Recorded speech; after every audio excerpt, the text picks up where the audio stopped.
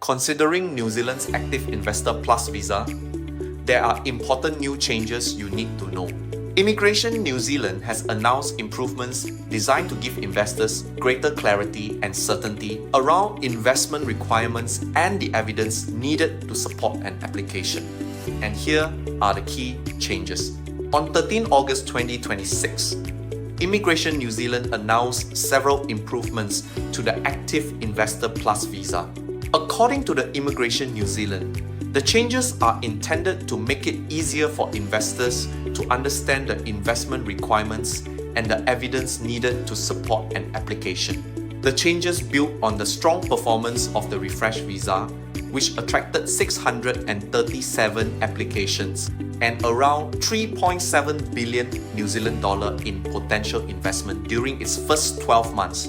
The improvements are designed to make the requirements clearer while supporting a transparent, high-quality investment program. So what has changed? First, there is a clarification regarding borrowed funds. If borrowed funds are being used to support the application, those funds must come from the same country or jurisdiction as the assets being used to support the application. This is an important point for investors who are using borrowed funds as part of their investment funding. Second, investors will need to provide evidence that their nominated funds were earned or acquired lawfully.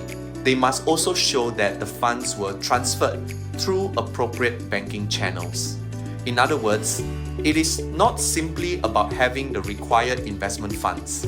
Investors also need to be able to provide evidence showing how those funds were lawfully obtained and transferred. What if the investment funds were gifted? Immigration New Zealand has clarified that investors will need to show that the gift was unconditional and that it complied with the laws of the country where the gift was made. This means the circumstances surrounding a gifted investment need to be properly evidenced. There is also an important change for investors using managed funds. Under the updated requirements, investors will only need a legally binding agreement. The previous requirement for the agreement to be non-revocable has been removed. The announcement also includes changes beyond the Active Investor Plus visa. Immigration New Zealand says the transfer of funds requirements for the parent retirement and temporary retirement visas will be aligned. The aim is to create a more consistent approach across investment categories.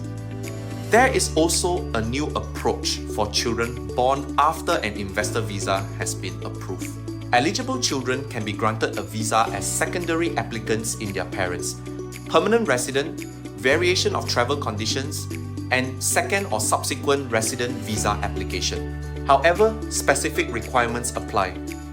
According to Immigration New Zealand, the child must be a dependent child of an Active Investor Plus visa holder, hold a dependent child resident visa based on that relationship, and have entered New Zealand on that visa.